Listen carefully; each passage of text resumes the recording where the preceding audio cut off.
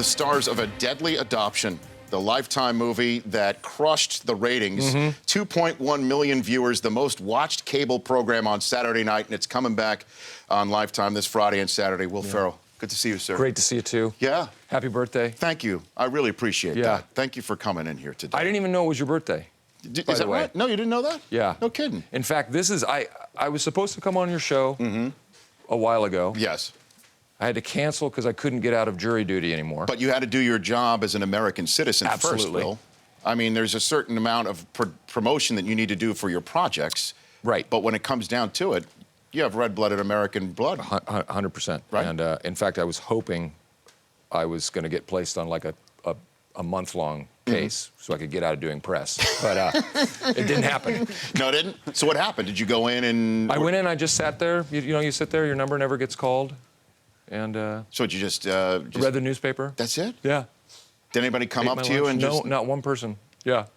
So, which I think is reflective of my star meter. You guys were talking about star meters. Yeah.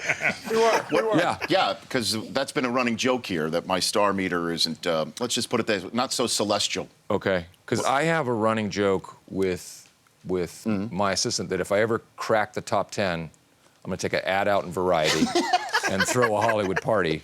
Where are you currently ranked on? Where's Will on the star meter? I'm 168 right now, I think. Yeah, Will's 168 right now, but for his birthday, which is July 16th, he's ranked number 1, obviously, on that list. Oh, on that? Oh. You're 1 on your birthday. So, Variety, here we come. Apparently, it's broken up by birthday. Every time it's my birthday, I shoot to number 1? No, just of all the people born on July 16th, you rank number 1 of all those people. But, you're 168 overall. but of all the people born in 1967, you're 5th. Okay. Ooh. But in terms I have cracked the top 10 before, but this is before I made the bet with myself. So you're talking about the entire population of celebrity you've cracked that top 10. Yes. Okay, because right now, on my birthday, where am I currently right now? Currently, 80. Yeah, you're 89. Or you're 80 for your birthday, and you're 62,108 overall. Yeah. So when people ask me, I'll say I'm number 62,108. No one can ever take that away. That's one large foam finger, right? You can't just put that on one single foam finger. Yeah. I got Will Ferrell here on the Rich Eisen show. So we have shared a moment together, a sports moment together, that no one can also take away from us. And that was the blackout of the at the Superdome. You were a guest of the NFL Network in the suite, and you're sitting right there, and the lights go out. Along with Sir Paul McCartney. That was ridiculous. Yeah. That was ridiculous. And we're just us sitting there. We're just sitting there, but you don't know, can you say hi to him? Can you not? And he couldn't have been nicer, but then you don't want to bug the guy. No. So I went up to him and took a picture with him. Anyway. I did the selfie thing. I went up to him and talked to him. But that was just totally bizarre to sit in that Superdome. It was. And the lights go out. The lights go out. And then, they come back on. Right, and then there was a moment where people start to get nervous. Is this something serious? Yeah. Right. And then I kept saying, no, it's just New Orleans. It's just the way the city works. Yeah, it's just the way it works with its electric Someone grid. just spilled a Diet Coke on a circuit board. And it completely exploded. And sure enough, the lights came back on. Yeah. And that was a wild. But a great Super Bowl. It was, it came down to the final. And there was also, it came down to the final play. And also the second half began with a run back, which I missed because I was in the restroom. Okay. And it was one of those things where I come back in, and I asked you what the score is. You told you were informing me. You gave me a little bit of information. I was using my sports information degree. Do you have one of those? I do. From USC? From USC. What classes did you take? They no longer offer them, by the way. They shut it down. Yeah. So the move that Diddy just made at UCLA. Yeah. Is that your move? Is that your move that you've pulled in elementary schools across the Los Angeles area, Will? I've accosted many people with a kettlebell. Yeah, when I lose it, that's my go-to thing. In fact, my car's so weighted down because it's just filled with kettlebells. No, I don't know. Yeah, we still don't know what happened, We don't know right? what happened, no. but it's one of those things. Is it about playing time? I think it was just he got his son, Diddy's son, got kicked out of a practice, and then the coach who kicked him out was on the business end of some Diddy wrath. That he just went into the office and things did not go very needless to say, Diddy's not allowed back in. I would think so. To watch practice anymore. His privileges might be revoked, but but his freedom privileges were revoked for about 3 hours. That's right. He was actually locked up. But this will be something that's the USC fodder, yes or no? Or you just I'm sure. One of those things that I'm sure. I don't engage. You know what? It's a classic rivalry. And I try to stay, take the high road. You're impartial? Yeah. No. I mean, I want USC to crush UCLA in every sporting endeavor. But, sure. But yeah, I'm not going to get mixed up in commenting on that. You're above that fray. Yeah, Will. exactly. You're above that fray, man. Yeah. Will Ferrell is here on the Rich Eisen show. Last time you and I had a conversation in an interview, my set fell apart. That's right. Do you remember that? How can we you were doing possibly a forget press that? for Anchorman 2, and it was myself and Carell and Keckner and Rudd, and the NFL shield came crashing down. Right. It looked like a Three Stooges routine. It there. did. Yeah. I don't know. I guess that would make what did the commish think? What did the commish? The commish. Well, I think you called him the Goods that day, actually, if I'm not mistaken. Roger the Goods Goodell. You met him that day, didn't you? We did. I think in the hallway right before we the came Goods. out. Yeah, as the Goods. You guys referred to him. The Goods. The Goods. Yeah, I think he got that tattooed on his shoulder. The Goods. He did go out and get some ink that very day. And you also had some fun. I think did you pocket a Super Bowl ring for a quick second? I tried to. Yeah. But the Goods wouldn't allow me to. The Goods would have been very upset about that. Yeah. That was a lot of fun. That was great. And I'm just so glad that nothing's fallen apart here. I've got Will Ferrell here in studio. We're going to take a break, and we come back in 60 seconds. David Spade told a story about Christopher Walken and the cowbell sketch. Oh, okay. Okay. Great. When we come back, apparently Christopher Walken, having heard this song again, has made an outrageous statement.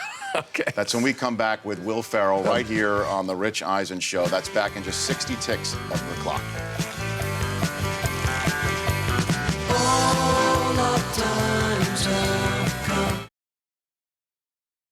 Welcome back to The Rich Eisen Show. I'm sitting here with Will Ferrell. I can't listen to that song without thinking of the cowbell sketch. It's again. It's bizarre. Yeah. And earlier on the week, we had David Spade here talking about his new project, Joe Dirt 2, and Christopher Walken is in it. And I brought up the cowbell sketch to David, and he told a story about, this is what he says Christopher Walken says about the song. Here's David Spade earlier this week. And I go, oh, cowbell is so huge. Does it bother you at all? He goes, I went to eat this restaurant in the city we were shooting in, and he goes, that song came on. Don't Fear the Reaper. Yeah, and he goes, funny thing is, there's no cowbell in it. I go, oh, I think there is. And he goes, no, that's the funniest part. I heard the whole thing. There's no cowbell. And I go, oh, yeah, I guess there's not. I don't know what to say. And it's all cowbell, that song, right? It's the whole reason I got the idea is because I would drive along and hear that song, and you hear the cowbell at the beginning. Yeah. And I just thought, God, what's that guy's life like? What? Was that his moment in the sun? And I just thought, God, that would be a funny premise for a sketch. And sure enough, actually, I had tried that sketch once before, and it didn't work. What do you mean?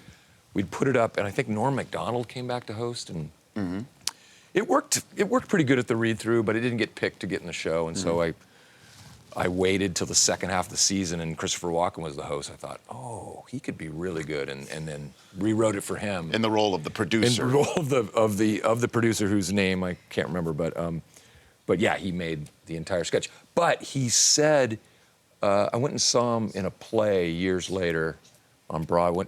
I went backstage to say hello, and he's just smiling at me. He's like, you ruined my life. And I go, really? I have people come and bring cowbells to the show. They bang them during the curtain call. There's nothing I can do. But he's kind of smiling, so I don't know if he's mad. And yeah, so you know, the someone who has the deer hunter on his resume has been reduced to just the guy from the cowbell sketch. Right, I know. You could say, but hey, listen, Christopher, there's only one prescription to cure that. Yeah. And it's more cowbell. And he probably would have been like, I don't get it. Where's that from? Yeah. How could he listen to that song and I don't know. That's the beauty of Christopher Walken, because he would come and he was just always one of those hosts where we just knew it was going to be fantastic. And you know, I talked to him to rehearsal. I go, God, that one sketch is you're so funny. He's like, really? I have no idea. So he's just a savant in that world. Yeah. And when that sketch went down, did you realize how huge it was at all? Had no idea. Just because it kind of played okay at Dress, and I was surprised it got picked for the live show. No kidding. Yeah, and then it was like, oh well, okay. Yeah. Went really well, but then I had no idea that it'd take on this life of its own. And for the 40th anniversary, I mean, you're one of the SNL people who folks like me, fans like me, sit there going, okay, I wonder out of all of the characters, which one they will pick or you will pick to recreate. And when I saw you as Alex Trebek for Celebrity Jeopardy, I was like, that was fantastic. That was fun, yeah. What's the backstory behind that, where of all the characters, that was the one that you... I think that was just... I think that was very user-friendly, and that we could get a bunch of people to, you know, do in person. You know, it just fit the show really well. Right. And was always one of those ones that's just so fun to write. And Jim Carrey, you know. Jim Carrey. Doing Matthew McConaughey and... Daryl Hammond. Obviously my nemesis. Sean Connery. Why creating a world where Sean Connery hates Alex Trebek so much, and we do the same move every sketch where Alex thinks he's going to be a friend, and then he double crosses him. Turd Ferguson. Of course, Turd Ferguson, the big foam cowboy hat, all the classic moves. So that one made sense. Have you ever met Alex Trebek? Ever crossed paths with him? He came to my last show. And the funny thing is, he hasn't worn a mustache in like 15 years. But we just every time I do it, I just keep putting the mustache on. I wouldn't even... Because that's in our memory, right? I wouldn't even think that he shaved that thing off. He shaved that thing off? No kidding, 15 years ago. And if you ask me, he should grow it back. Go figure. Yeah. I'm here with Will Ferrell here on the Rich Eisen Show. And when I first met you, it was the night you did Harry Carey at the ESPYs. Oh, right. Did you know at the time? That was known throughout the network as... Yeah, I mean... Don't ever do that again. Don't ever have a Harry Carey moment. Yeah, I mean, I remember being told how you crushed it in rehearsal. And people were coming up to me saying, Will Ferrell as Harry Carey is fantastic in rehearsal. I don't know how he's going to say these things during the show. We did. That you did. That you did. Yeah. And with Ken Griffey Jr., I think you told him that he wasn't as good as his dad. Right. Right. Which he didn't appreciate. No. Elway. It's all in character. It was all in character. But you know what? A lot of the athletes were laughing really hard. Yeah. But the network was not happy. No, they afterwards. weren't. Yeah. They weren't. Yeah. And I came across an ESPN executive who said, Will Ferrell will never do this again. How many times have you done it since? You've probably lost track. Yeah. Right. Yeah, it works that way. Right. Will Ferrell joining me here on the Rich Eisen Show. A Deadly Adoption on Lifetime. Oh, wait, I got to give you your gift. Please, what do you got for Yeah. me? Okay. It's my birthday gift? It's your birthday gift. Box? Okay. Well, it's a two-parter. Okay. What do you got? Well, I noticed Keckner gave you a Champ Kind doll. He does over have there that, on the desk. Right? Yes, that he autographed. Wait, there's two of them. He brought two of them? We brought one for everyone on the show. Yeah, but this I didn't think that far ahead. This day's about me, though. This day's about you. Thank you. And you, of course, have your immortal Rich Eisen bust. Yes, I do. And what would compliment it more than a Ron Burgundy bust? That's fantastic. Right? Yeah. Right there. Look at that. Fantastic. Keep it in the it in casing here? to retain its value. This For those people at Comic-Con. is... this is But no, stupendous. you can do whatever you want with it. This is stupendous. And then for everyone else, I brought What else you got? and these are real keepsakes, real do you got? collectors. They're Land of the Lost keychain with compass. Oh, fantastic. from the immortal motion picture Land of the Yeah, Lost. that's odd that you would have so many of them. Oh, I got a lot of them. Lying around. Oh, I got a lot of Land of the Lost. So, if in case you get lost, you right? can use your. Oh, the Land of the Eye. Yes. Somebody was thinking next level in the marketing department. Totally. Right there, Land of the Lost. If there's something that you could remake, what would you do? Any TV show, anything that you could take a crack at? Because you just took a crack at serious Lifetime movies, and you actually did it. This is a serious Lifetime movie that you and Kristen Wiig did. Is there something that you'd want to take a crack at? Barney Miller? Where you would play? Yeah. Yeah, that would be good. I love that. You just throw that one out there. I Play love Fish. You're Abe Vigoda. Abe Vigoda. Okay. You get the Anchorman cast back together as Barney Miller. We'll do Barney Miller. That's right.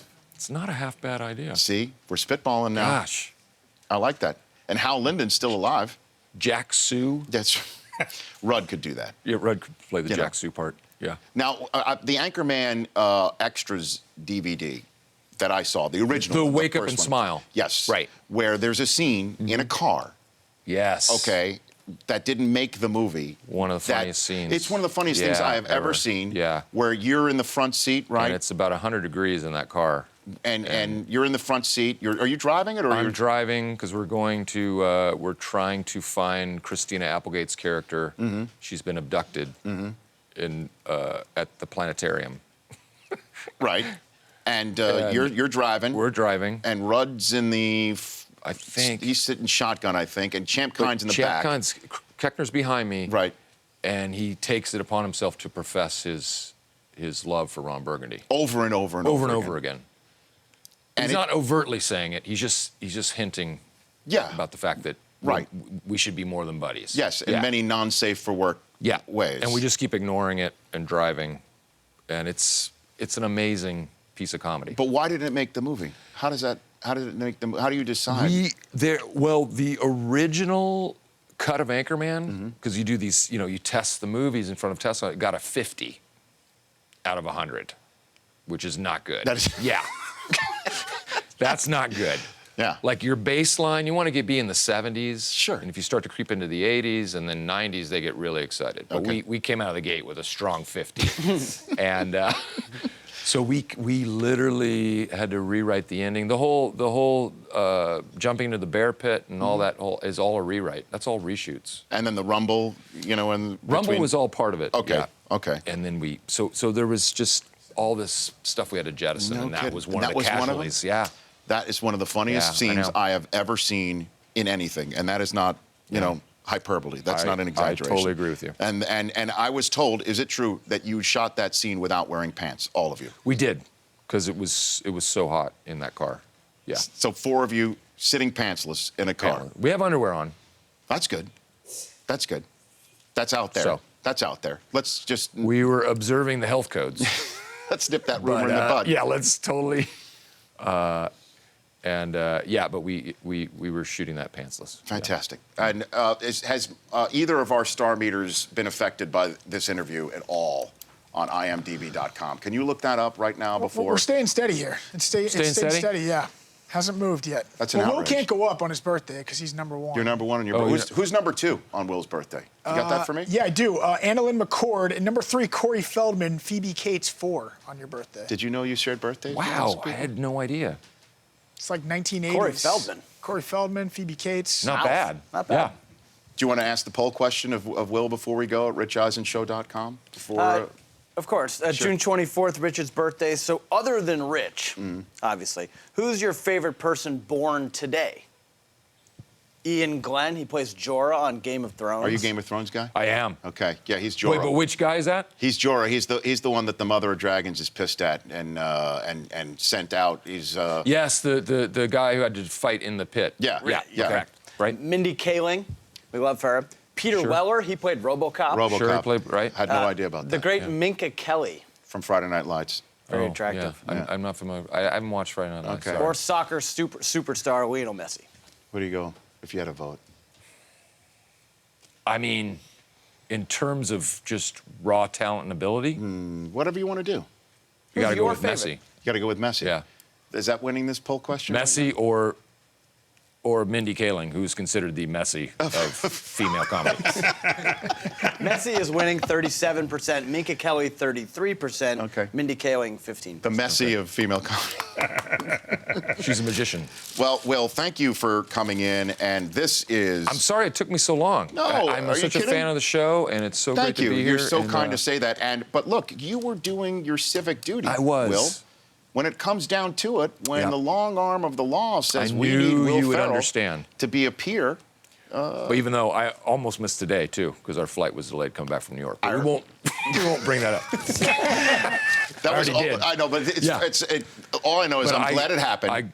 Because I Yeah. was beginning to think it's me, But I that didn't the lights go out realize- in the Superdome, my set falls apart. I didn't realize how close you were to LAX. I could have just come straight here. You could have. We could landed at 4 a.m. I could have slept on Yeah. these plush couches. Yeah. And been ready We to have go. a cafeteria. We're Yep. giving you breakfast. There's Oh. a shower. Seriously. Well, now I know. Anytime. Anytime. Now I know. Will, please, you are welcome here anytime. Thank you for coming in. How scared would you be if I was just sleeping in here? I might just sleep in here one time when I'm not announced I would the love next that. day as a guest. No, please, Yeah. please do that, and Yeah. we'll record it and use it. It's everything's content. Have a great birthday. What are you doing after the show? I am just gonna go hang out with my kids.